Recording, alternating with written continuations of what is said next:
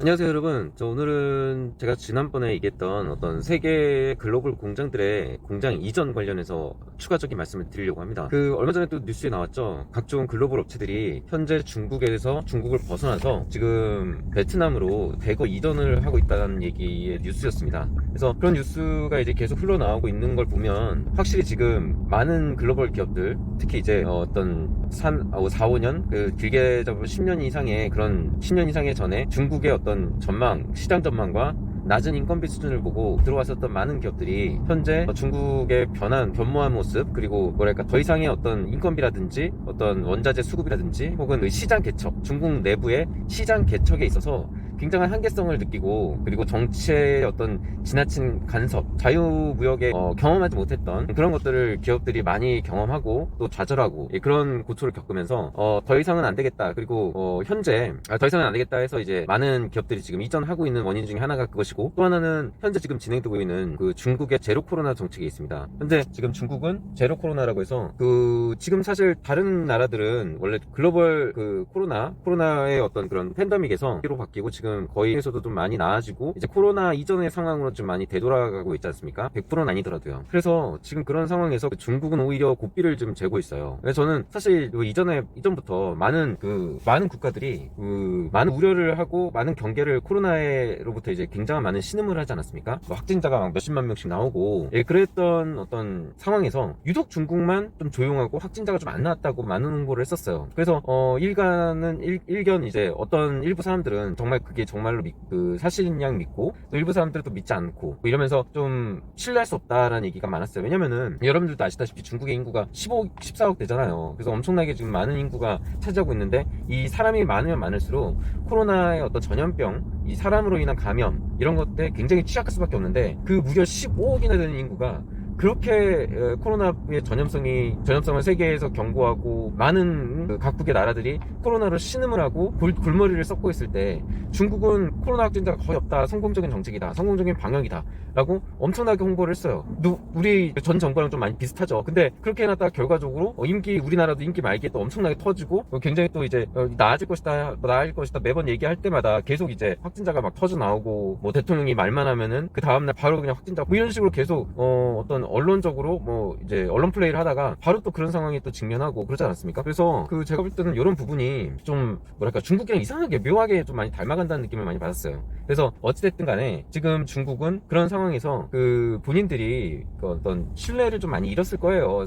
세계의 어떤 각국의 어떤 나라들로부터, 그리고 정부뿐만이 아니라 기업들도 중국의 어떤 그런 말이나 활동, 그리고 이런 언행이 불일치한다는 거를 좀 많이 느끼고 좌절을 했을 겁니다. 실제로 우리나라의 신세계 그룹이라든지 그런 유수의 우리나라의 대기업들 진출했던 롯데라든지 많이 출소하지 않습니까?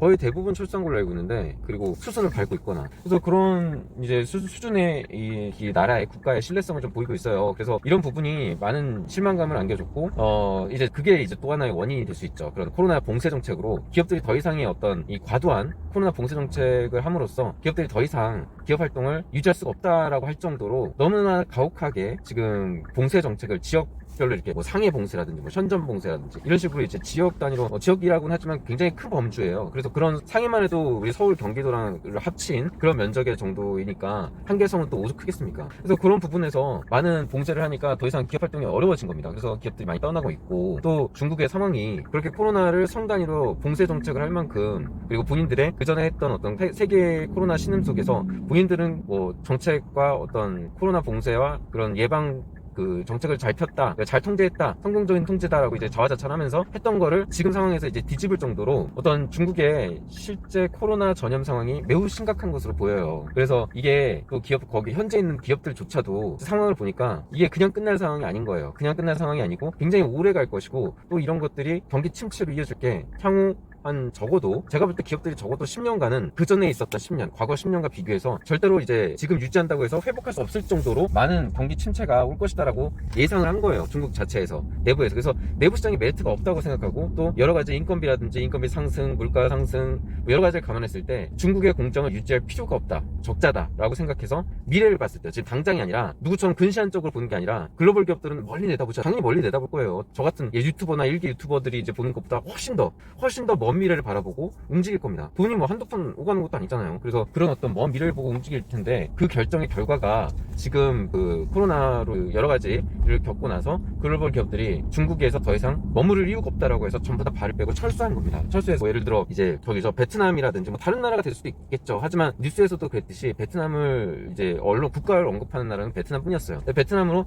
왜냐면 지정학적 위치와 뭐 인건비와 뭐 여러 가지, 그러니까 기업들이 여러분들이 생각하시는 것보다 기업들이 이 공장이라든지 어떤 대규모 설비 투자를 이전하거나 또 새로운 신규를 진행을 할 때 우리가 생각하는 것보다 굉장히 많은 부분을 검토하고 또 많은 기간을 그 검토하는 데 쓰고 신중하게 결정을 합니다. 그 나라가 지금 베트남이라는 거예요. 그래서 그것만을 보더라도 앞으로의 어떤 추가적인, 뭐 예를 들어 우리가 삼성이 하나가 옮겨지면은 거기에 연결된 수백 개, 수천 개의 그 서드 파티들, 각 그 제조업체, 하청업체들 이 이제 부품업체들이 이전을 하지 않습니까? 그런 것처럼 지금 필두로 이제 그런 굵직굵직한 기업들이 하나 둘씩 이전을 한 거예요. 하고 있는 겁니다. 물밀듯이. 그러니까 그 정도로 이제 이전을 하고 있으면 그 밑에 하청에 딸린 하청업체들, 심지어 중국의 로컬 업체들마저도 베트남으로 이전을 하고 있어요. 제가 말하는 게 정말입니다. 이건 거짓말 아니에요. 진짜로 그 모든 기업들이 지금, 그러니까 중국에 있는 부품 제조업체들마저도, 로컬 기업마저도 지금 베트남으로 상당히 많이 이전하고 있는 것으로 알고 있어요. 그래서 그 정도로 지금 계속 이전을 하고 있고, 또 글로벌 기업들이 이전을 하면 할수록 또 뉴스에서 계속 나오는 이제 뉴스들이 계속 글로벌 기업들이 굵직굵직한 기업들 이전한다고 계속 나오지 않습니까? 그런 걸 보면은 탈중국이 이제는 탄력을 받아서 앞으로 계속 이전을 할 거다. 그러면 이제 그 아래에 딸린 하청업체도 계속 이전을 할 거고, 또 한국 역시도 수출로 먹고 사는 나라일수록 글로벌 생산 기지의 비중은 굉장히 많이 둬요. 그리고 이 결정이 굉장히 신중할 수밖에 없고, 그 다른 기업들보다도 더 빠르게 움직입니다. 예를 들어 뭐 일본 기업이라든지 뭐 이런 기업들보다도 설비 투자나 어떤 제조의 어떤 성과를 올리는 시기가 상당히 오래 걸리지 않습니까? 그런 것처럼 제조업이라든지 뭐 이런 어떤 공장의 비중, 생산을 뭔가를 만들어내는 그런 무역을 많이 주로 하는 나라일수록 그 제조 생산기지라든지 제조 국가라든지 이런 걸 굉장히 신중하고 그 나라의 비중을 많이 실을 수밖에 없어요. 그래서 앞으로 여러분들 위기가 오고 기회라는 말이죠. 이 베트남에 적용시키는 말이 딱이에요. 제가 볼 때는 앞으로 누군가 반드시 필요하기 때문에 누군가 만들어야 된단 말이에요. 아예 안 만들 수 없잖아요. 경기 침체라고 해서. 그럼 필수적인 것들, 그런 것들을 누군가 좀 해야 되는 일들. 파이는 작지만 그 파이를 다 먹을 수 있는 나라를 많이 잘 찾으셔야 되는데, 저는 베트남을 적극 추천합니다. 다른 나라도 물론 있겠죠. 인도네시아라든지 뭐 캄보디아라든지 뭐 그런 나라들 있겠지만, 저는 다른 나라들보다도 베트남을 추천하는 이유는 여러 가지가 있어요. 제 지난 영상이나 이런 것들 다 한번 훑어보세요. 보시면 제가 왜 베트남을 추천하는지 아실 겁니다. 네, 지금 현재 글로벌 기업들이 베트남으로 상당히 많이 이전을 하고 있고, 앞으로 이 물결은 훨씬 매우 더 가속화될 것이다. 베트남의 지금의 어떤 큰 글로벌 기업들의 베트남 공장 이전은 작은 날개짓에 불과하다. 앞으로는 더 많은 글로벌 기업들이 이전을 하실 것이고, 또 그런 뉴스들이 속속들이 나올 것이고, 그 아래에 딸린 하청업체들은 그의 1000배, 100배, 1000배에 달하는 수의 규모로 이전을 할 수밖에 없는 현실이 지금 닥쳐오고 있다라고 말씀드리겠습니다. 여기까지 하겠습니다.